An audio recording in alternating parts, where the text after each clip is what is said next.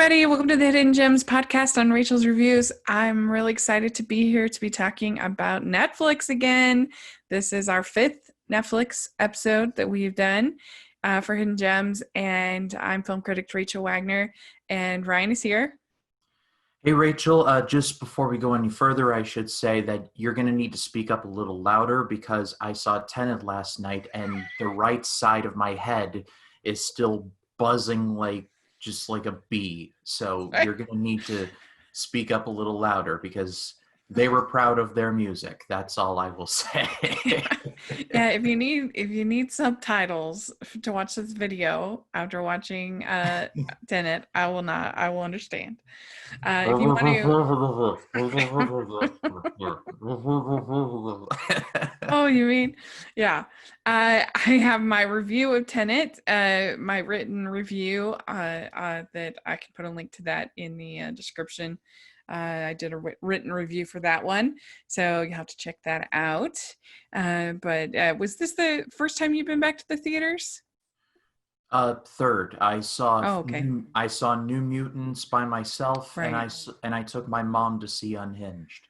And by the Oh, way, okay. just for our podcast audience, both the producer and the director of Unhinged like my tweet saying, I took my Oh. mom to see Unhinged. And for all of you who have seen Unhinged and know the context of the relationship between the mother and the son, that just seemed perfect. Yeah, there you go. Very good. Well, so what we thought would be fun, what we thought would be fun is to start this podcast with our review of a film on Netflix that will have come out on Thursday of this week. And we did this with the one and only Ivan, and it was a lot of fun. So we decided we're going to try to do this. If there's a new film that we want to cover as part of the streaming service that we're talking about that week, then we can do that, or just something to spotlight as opposed to a hidden gem. So this week we are talking about Love Guaranteed, which is a new film coming to Netflix, new rom-com. And it basically is a story about two professionals. One is a lawyer played by Rachel Lee Cook, who gets hired by a man played by Damon Wayans Jr. named Nick, and he hires her because there's a web app, online dating app that claims that you're guaranteed to find love, and he wants to sue them because he doesn't believe it. And supposedly you have to have gone on dates from Love Guaranteed in order to make that the case. So they end up with this lawsuit, and they end up kind of falling in love while they're pursuing this lawsuit. It's pretty cute. At least I certainly thought so. Ryan, what was your overall thoughts about this movie?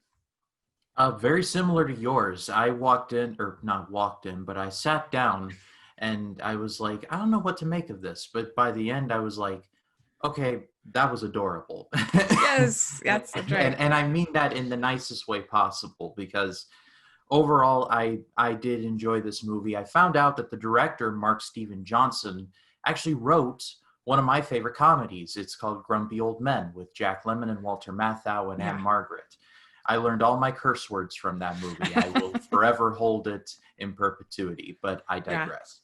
I was texting you and I was saying, wow, this guy, Damon Wayans Jr., I wonder if he's related to the actual Damon Wayans. And turns out they're father and son. Yeah, that's right. And I remember saying to you, I remember watching his father all the time in Major Pain.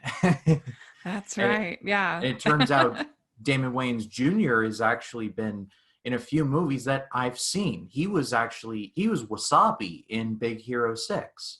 And he's one of my favorite characters in that movie. Yeah. So it was like, right. Okay, this guy's seasoned. Mm-hmm. But as far as the rest of the movie goes, I thought the premise was a little like, okay, that's like a guy suing Tinder because it doesn't light things on fire. But in the context of the movie itself, good comparison. Yeah. It just hit you, didn't it? Yeah, very good. But in the context of the movie, it is effective. The chemistry between Damon Jr. and Rachel Lee Cook was the highlight of the movie. And if I had to have a knock, I would say that it does follow the formula of, okay, they're going to, like, there's a rising action and then they're going to break up 3/4 of the way and then they get back together. But without going into spoilers, the way they do get back together was legitimately touching. And there's definitely some cliche characters in there, like the boss of Love Guaranteed is this super hipster, like guru type who's always, she's essentially Gwyneth Paltrow, but like if she's running Goop. And that's Heather Graham, and she is pretty funny, I think, in the role. And that's one of the things I really enjoyed about the film, because I agree with you. I think the chemistry was really on point. But I thought the movie was quite funny. And a lot of times people forget that part of romantic comedy, that'll just be the romantic part and not the comedy part, and they forget to make you laugh. And I thought this was actually pretty funny. I especially enjoyed the people at her office, Roberto and Denise, and it was a kind of a revelation to me to see the woman who plays Denise, Lisa DeRue, who I've had the privilege of interviewing her, and she's done a lot of Hallmark stuff, a lot, but I've never seen her be this funny. And I thought that her and Roberto were really funny. Yeah, Roberto is one of the sleeper hits of the whole movie. I was watching it, I'm like, I want to get a coffee with this guy. Yeah. He should redo my wardrobe. Yeah, they were really good. And I was able to interview director Mark Steven Johnson over Hallmarkie's podcast. So I'll put a link down to that in the description. And he was really cool. And I asked him whether he enjoyed the experience of doing these smaller films versus doing big blockbusters, because he has done Ghost Rider and Daredevil and those kinds of things. And he said, that it's just such a different experience, and that you have more control over a smaller movie like this as opposed to the larger studio movies. And so you got a sense that this was a really fun experience for everybody to be involved in, and I think you can feel that in the movie when you watch it, that it's just like a fun, enjoyable movie. I do unironically like Ghost Rider. I think that gets crapped on a lot. Mm-hmm. I mean, people are like, it's too over the top. It's about a guy with a flaming skull who is the servant of the devil and rides a motorcycle. Right. Shakespeare? Like, what did you expect? Orson Welles? Yeah. Akira Kurosawa? Like, come on, people. Yeah.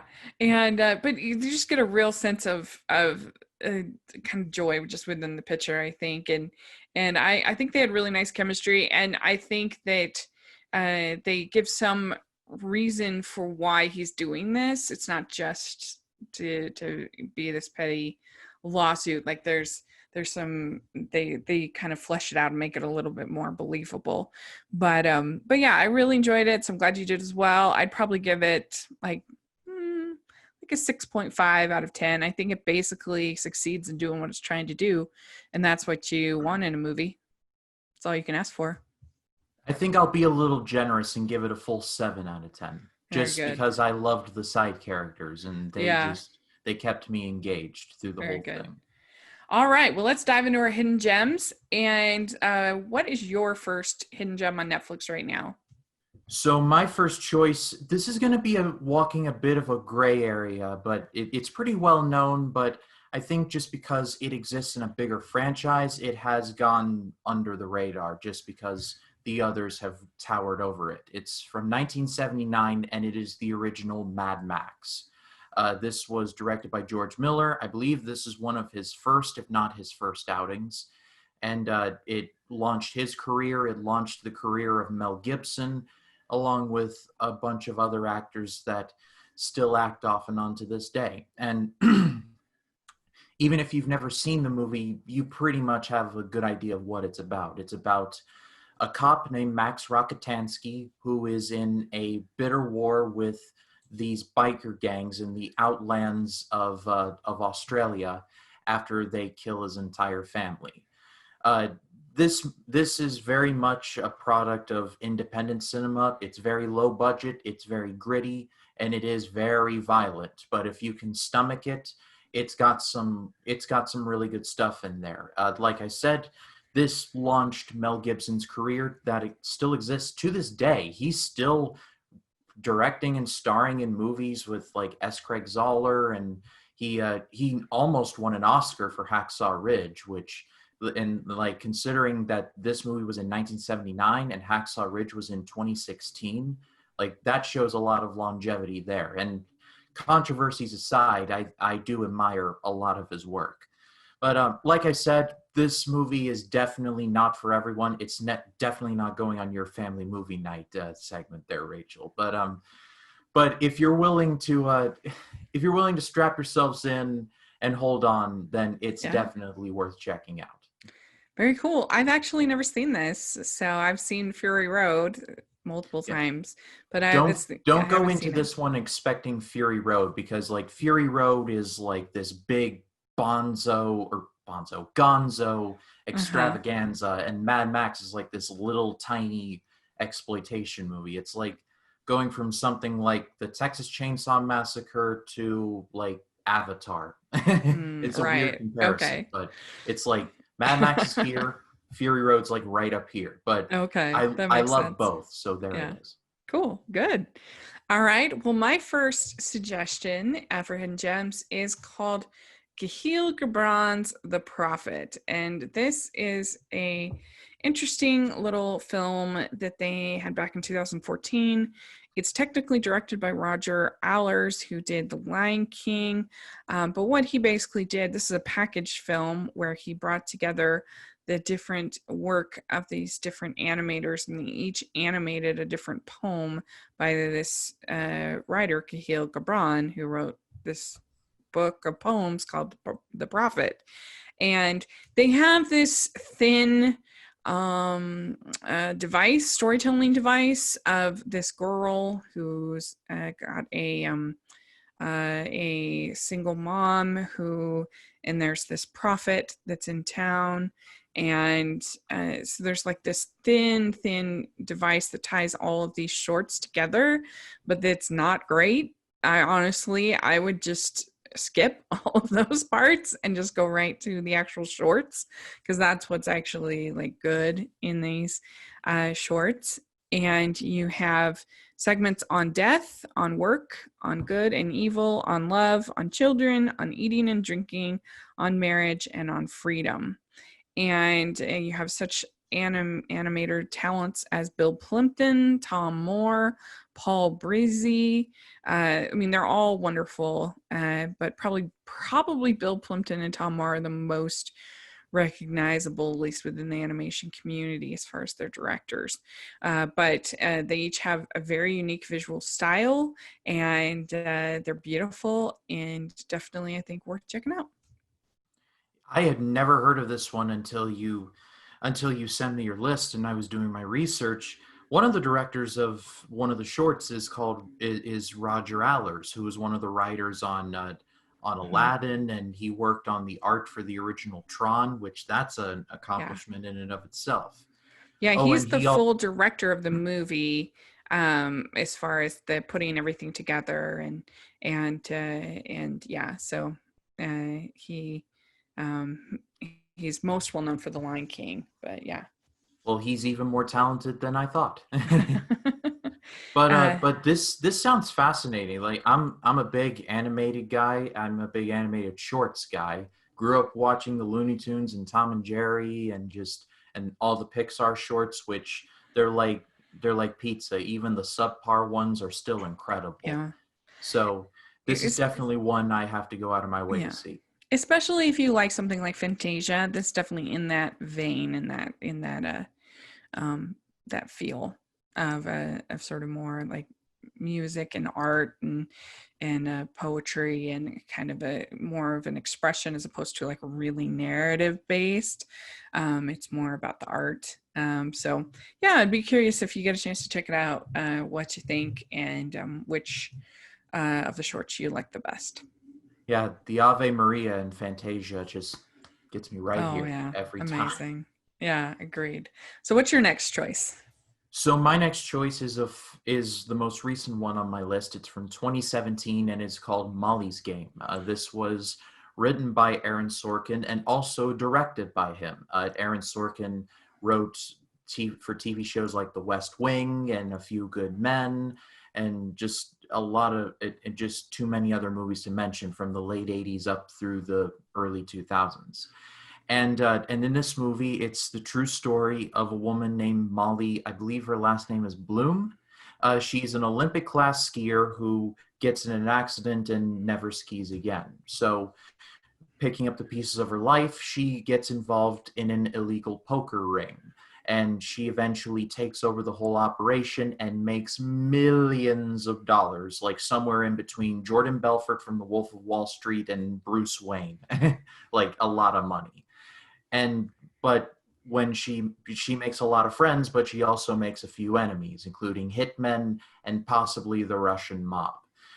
This is based on a true story. I mean, based on a true story. I think some parts of this were definitely dramatized, but Mhm.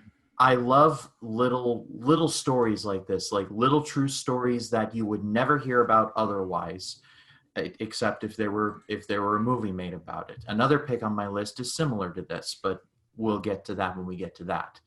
Uh, this movie stars Jessica Chastain, and she gives my favorite performance of hers. Like, it was Zero Dark 30, but she was even better in this one. Idris Elba is always excellent in whatever he's in. Jesse Eisenberg is, well, Jesse Eisenberg. And one of my favorite parts of the movie was Kevin Costner. And Kevin Costner has built an entire career on being the stern but still naturally charismatic guy. But then in this movie, he actually has a legit emotional scene with Chastain, and it's a scene that I still go out of my way to watch off and on to this day. Like, it's some of Costner's best work, and he has like maybe 3 scenes on camera, maybe 2 if I had to guess.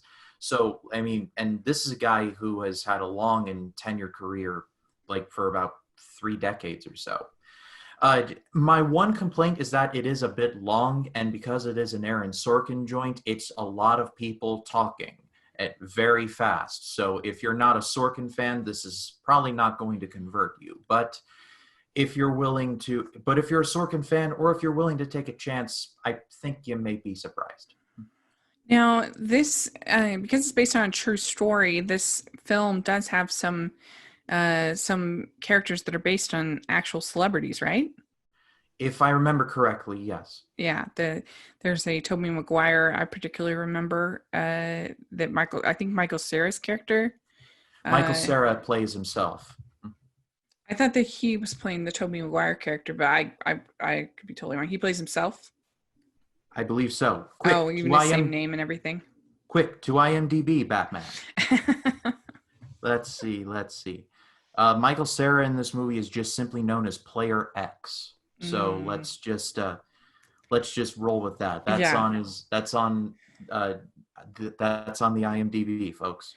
I know that Tobey Maguire wasn't happy about the movie, but yeah, so that's kind of interesting. My next choice is a little documentary called Bethany Hamilton Unstoppable.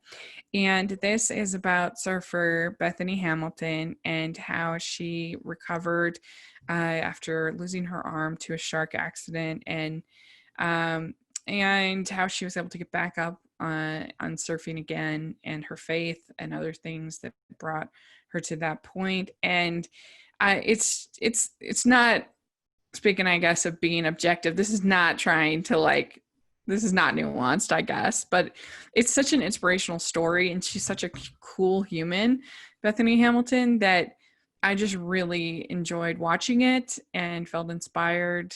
And so, yeah, you get to see her family and some of the worries that they have with her going back out in the water, her various emotions. And I think if you like these kinds of biopic documentaries, I think that you'll really enjoy it.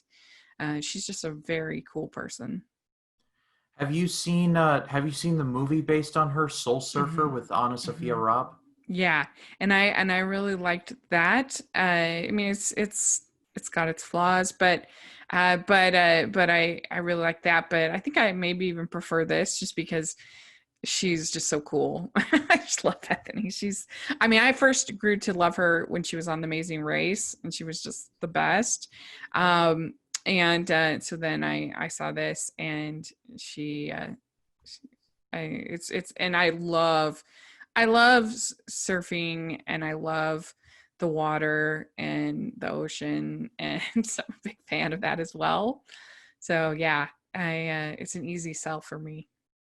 She was on The Amazing Race. That's awesome. I gotta Hmm. go on Prime later and look up her season and see how far she goes. Don't Yeah, spoil it for I me. won't. Her and her husband were on Amazing Race, and they were really great.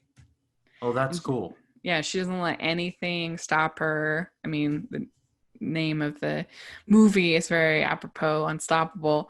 But it's true even on The Amazing Race, like having one arm, she did everything that anybody else did, and she was just really pretty incredible. Yeah, it's very on brand. Yeah, that's right. So, what's your next pick? So my next pick is from 1997. It's from director Paul Verhoeven, and it is called Starship Troopers. This was a movie that did not do well at the box office, was received very mixed from critics. Even Siskel and Ebert couldn't agree on it. But over time, it has slowly garnered a big cult following. And Mm-hmm. I watched it because I tried to watch all of the movies from the year I was born, which was 1997. Starship Troopers was among them, and I absolutely loved it. The general plot is essentially Earth is being attacked by these bugs, and so it essentially the plot is opaque because the movie is a metaphor for Verhoeven to go into commentary on military and how war is fought and the news media. It's just I won't go any further than that. What I will say is this: there's stuff in 2020 happening right now that was called in 1997 by Paul Verhoeven. He was way ahead of his time. I won't go any further than that. Just go see the Ooh. movie if you haven't, because some of the effects have not aged well. That I will docket points for, and Neil Patrick Harris, who I normally love, is a bit over the top, but minus that, it's still a really underrated movie from a really underrated director, Paul Verhoeven, who directed RoboCop, which is subtly a very smart movie under the cover of a guy who becomes a robot policeman. Mhm. Yeah, very cool. I've never seen it. I'm not a bug person, and so that's why I've always been like, I don't know, I want to see it. Um, Prepare to see a lot of pea soup on Casper Van yeah, Dien. gross, gross. Uh, but I should probably check it out. That sounds interesting. Well, my next pick, and I feel like we've done this, but I couldn't find any record of it. So maybe you have done this one. I can't remember, but I I apologize if we certainly have. I certainly have not touched it, so that's Oh, all you. okay. I don't know if we've done it. I apologize, but it's Mr. Peabody and Sherman, and I just think this movie is so funny. I was thinking about it actually this last week because I wasn't a big fan of the new Bill and Ted's, and I think that in many ways, Mr. Peabody and Sherman is kind of a Bill and Ted's movie. The same kind of, especially like the first movie where you have Bill and Ted zipping through history, collecting all these characters. It's sort of the same thing with Mr. Peabody and Sherman. And I just think the script is so funny. I love it. In fact, my review that I did for Rotoscopers is pretty much just listing a whole bunch of quotes. Yeah. And don't even get me started on Oedipus. Needless to say, you do not want to be at his house over the holidays. And I like, in my opinion, they get married way too young in ancient Egypt, or perhaps I'm just an old Giza. I think that's funny. But I really, I really like. I was talking to the sun god Ra the other day, and he told me he changed his mind. Old flip flop Ra, we call him here in the underworld. So, if those kind of quotes, if that makes you chuckle, then this is the movie for you, and you might like it, like I like it. I think it is so funny, and I really like the voice cast they got for it. I really like Penny when she says, can it go back to an hour ago because I could take it home and pretend to be sick and not come to this lame dinner party.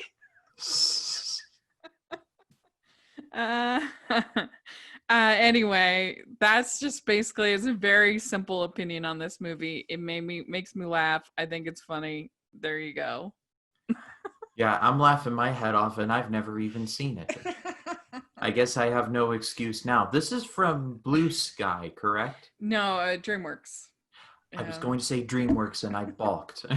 but I remember seeing the trailer, and you all have to forgive me for this. And I thought, well, that looks lame. So yeah. I was clearly very dumb back then. So with DreamWorks, it just seems like if I like the movie, it usually doesn't do well at the box office. But if don't like the movie, then because I'm not the biggest Shrek person. I really don't like any of the Madagascar movies, and I don't know other ones, but I really like Rise of the Guardians. I really love Prince of Egypt. I really love this. I think it's underrated. But I mean, I can see other people not liking it if you don't think it's funny, because there's really not a whole lot else. I just happen to think it's funny. So there you go. It's pretty simple. To me, the best Shrek movie is Shrek 2, and the rest I'm just generally apathetic towards. To me, top tier DreamWorks is the How to Train Your Dragon movies, all 3 Kung Fu Panda movies, and Prince of Egypt. And maybe a couple of others that I can't remember off the top of my head. Yeah, no, I agree with those. And I do like Puss in Boots just because I love the character of Puss in Boots. I think that if you're talking about celebrity casting, I think Antonio Banderas as Puss in Boots is one of the best. Antonio Banderas as a cat. Are you not entertained? Is that not why you are here? Right. I think that he is perfect for that character. I can imagine anybody else voicing that character. But anyway, it's pretty simple. Comedy's job is to make you laugh. This movie makes me laugh, and so it does its job. What do you have next? So my penultimate choice is from 2016, and it is called The Founder. This was directed by John Lee Hancock, and it starred Michael Keaton, Nick Offerman in one of the few things that I've seen him in. I haven't seen Parks and Rec, though I've been meaning to. And John Carroll Lynch and Laura Dern. And it is based on the true story of Ray Kroc, who founded McDonald's. And it's a fascinating story because I always knew, McDonald's, the restaurant, but I had no idea about any of the history. Well, the movie taught me all about it. Ray Kroc was a struggling door-to-door milkshake salesman and other sales. And he just on a lark is like, what is this McDonald's restaurant? And he goes and he just sees it's like an oasis in a desert. It's fast food done really well, and it's fast, fast in the name. And so he approaches the brothers who own it, Dick and Mac, and he says, I want a franchise, but they've been burned before. So he makes them an attractive offer anyway, and they accept. And, well, the rest is history. But the movie has a lot of twists and turns, and Ray Kroc starts off as a fairly sympathetic guy who's just trying to get by to just a general jerk. I don't want to curse on this because this is a Christian podcast. I'm sure you can understand. And he starts cutting corners, and he starts messing over the McDonald brothers. And you see a man's descent into, I don't want to say evil, but just like his descent from mild-mannered guy to like cutthroat businessman in across an hour and 45 minutes. And again, this plays into my love from Molly's Game of these little stories that you would never know about unless you were looking for them. And McDonald's is everywhere, so I had no idea how I never picked up on this before, but I watched the movie and I've watched it several times since then, and I absolutely love it. Yeah, I've heard a lot about this movie. I actually haven't seen it, but I was just recently talking to Durbin about it because he did a theological analysis on it. So it's definitely something I've been thinking about watching because I just talked to my friend about it. So yeah, you can't go wrong with Michael Keaton in the lead role there. So I'll have to check it out. Crosses, flags, and arches. That's right. So my next choice is an anime film from this year called A Whisker Away, and this is a Netflix original by writer-director Mirai Okada, and she did Makaya When the Promised Flower Blooms last year, which was a really ambitious anime fantasy movie that definitely, if it ever gets to Netflix, will be a hidden gem for me. I really enjoyed it, and she has a very bold sensibility about her, and she's really good with characters. And this movie reminded me a lot of Cat's Returns from Studio Ghibli, so you should check that out. And this is about a girl who has this crush on this boy, and she decides, in order to kind of be closer to him, she ends up turning into a cat. But the longer that she turns into a cat, the more it's harder for her to come back. And there's this whole sort of like cat world, and that's kind of led by this evil cat, I guess. Um, and when she is a cat, she is so cute. The animation is adorable. And I mean, it's Japanese anime makes everything beautiful. What are you talking about? yeah, especially cats. You got Gigi and Kiki's Delivery Service. You've got there's a bunch of cat movies, and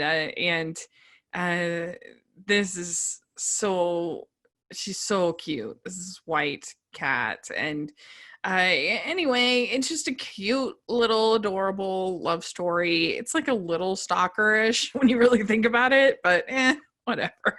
I didn't. And so I have a review of it up on my blog, so you should check it out.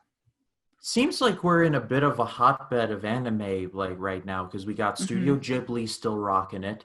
There's lots of really great directors who are doing really interesting things. Of course, you've got Makoto Shinkai, who is doing really wonderful films, and you have the Mamoru Hosoda. Mamoru Hosoda, Masakai Yuasa.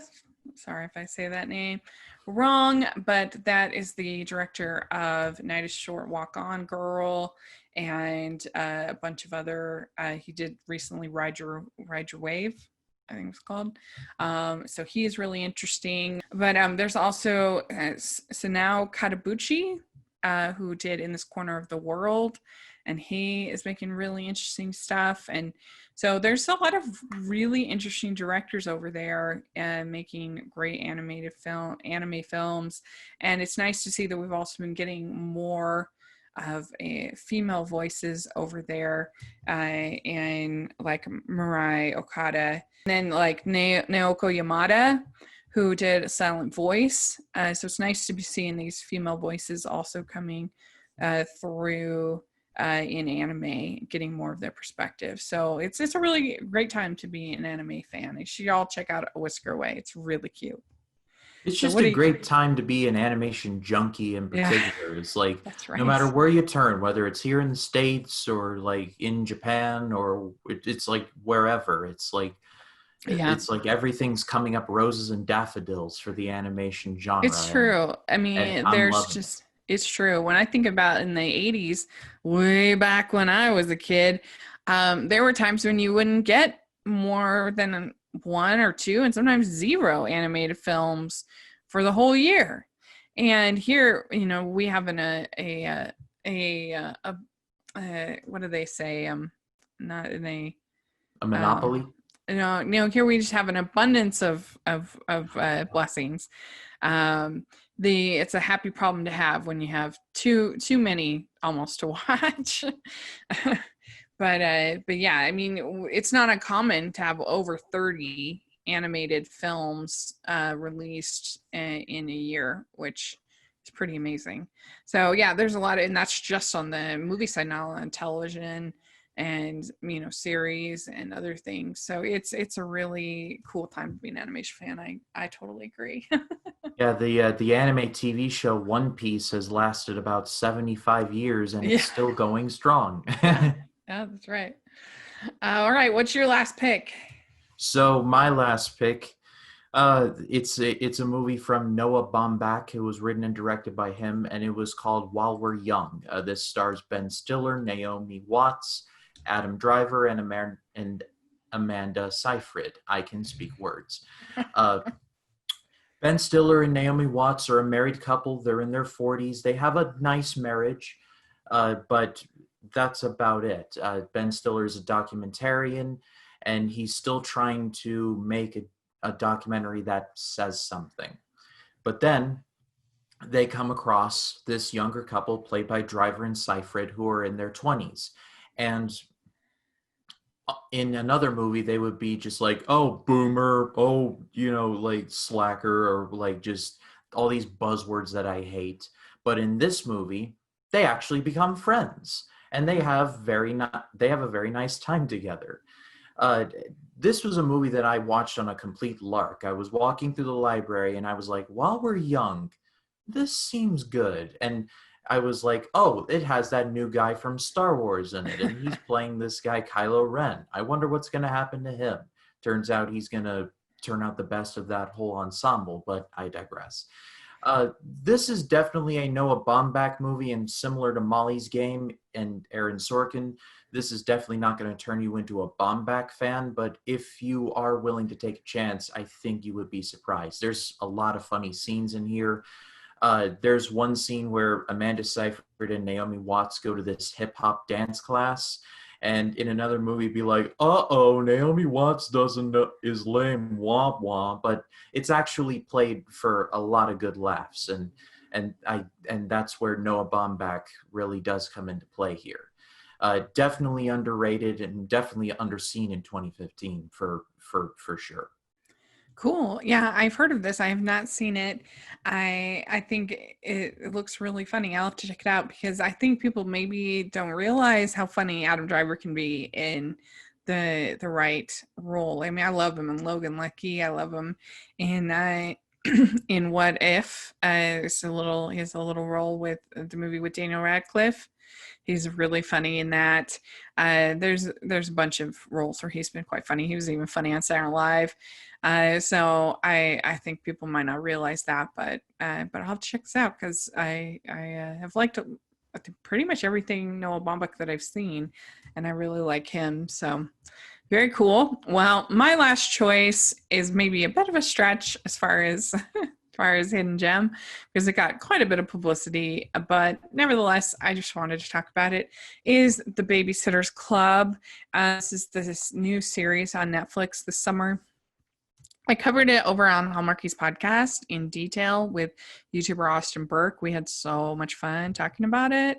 I also was on his channel or his podcast talking about it. So, and I did a written review. So I've talked about it a lot in my content.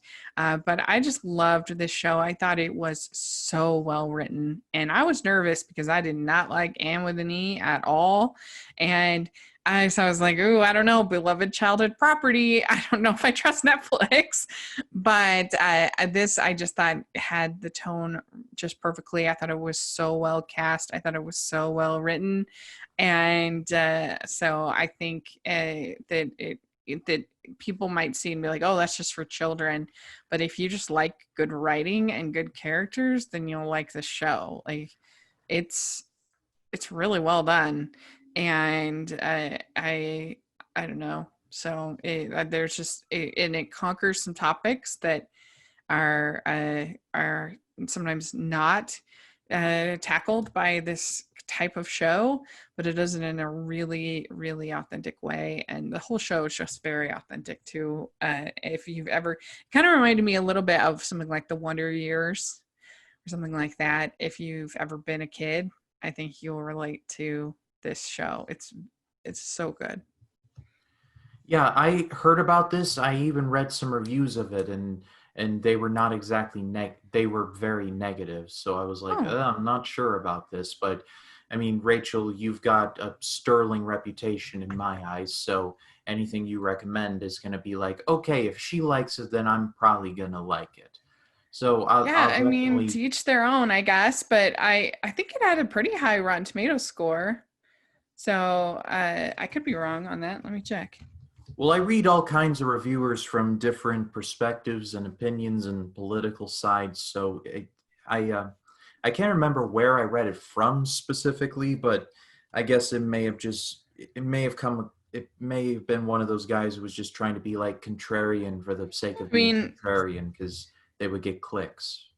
well, and some people might not have liked it, and that's fine. But and I don't have any problem with that. It has 100% on Rotten Tomatoes as Oh far wow. currently. So it is pretty well. Like, not that everyone has to like it. If you don't like it, that's fine. Um, but it just surprised me that you said that. And so I think that a lot of people are enjoying it, and so yeah. I don't know, interesting. Yeah, you have, if you ever give it a shot, you have to let me know what you think. So I think we have some pretty diverse selections, as we always do. So this is really fun. And As typical for me, you pick all the lighthearted stuff and I pick all the dark and gritty stuff. But I guess that's what makes this show work as well, because I nominate all of the dark stuff, you nominate the light stuff. It's like yin and yang, peanut butter yeah. and jelly and all that. Well, hey, and you've got two comedies, right? Starship Troopers, is that a comedy? It's borderline. It's more of a satire if you want There to we see it go. that way. Okay, good. Well, very good. Well, let us know if you've seen any of these, what you think, and what you would pick right now. What are you watching on Netflix? And if you check out Love Guaranteed, let us know what you think about that. And Ryan, where can people find you? They can find me on Facebook, Twitter, Instagram, and Letterboxd at RyanCam20. And then, of course, there's my YouTube channel. And I just crossed 110 subscribers today. I feel so rich. Nice. I'm Very. just so happy. Like the past 5 months or so, I just was laser focused on the channel, and it's growing like a weed. I'm and so glad. and in terms of content, I wrapped up Nolan month. I'm going to be reviewing Tenet, and that's going to be a lot of fun to talk about. Yeah. And then I'm going to be jumping straight back into the AFI project because I've got like 30 or so movies left to review. And I want to try and get it done by the end of the year. So expect videos for The Best Years of Our Lives, Treasure of the Sierra Madre, Doctor Strangelove, Midnight Cowboy, The Sound of Music, King Kong, and just the list Ooh. goes on and on and on from there. So if you want to go ahead and subscribe, it's like this is the best time. Yeah, it sounds like some really good stuff coming up. You guys should definitely subscribe.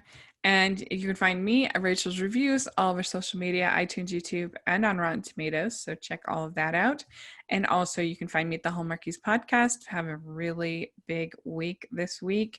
We had a bonus episode on The Man from Snowy River that Cammy ingested, which was really fun. And then we also are talking. Oh wait, that's next week. What is this? Oh, we had our live episode on Hitch, which we recorded on Sunday. It's aired on Wednesday on the podcast. So a lot of fun stuff going on there. We have that interview with Mark Steven Johnson from Love Guaranteed. So check that out. And so, yeah, take a look at the Hallmarkies Podcast. And thanks so much. And let us know if you have any streaming services you would like us to cover on Hidden Gems.